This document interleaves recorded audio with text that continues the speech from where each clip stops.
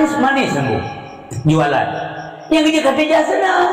Waktu aku cerita apa yang kejadian di lapangan yang mandung bak Khadijah 5 salah. Galaklah ke Nabi Muhammad. Maka upah kerja ke lagi janji lebih banyak.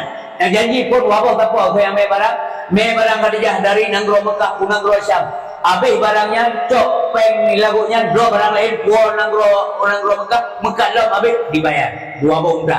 Ke Nabi buat boh, bukan buat boh, dengan kanan lelaki Abu Talib. Tapi kan buat boh, 2 kali lipat ke bayi.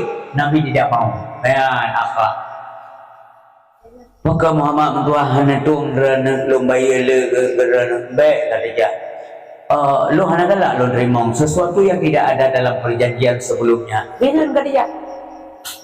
Yang si mutua hanya tajuk hancur dia wala yang tajuk yang hijau. Awal lain maksudnya hana ada suara dia.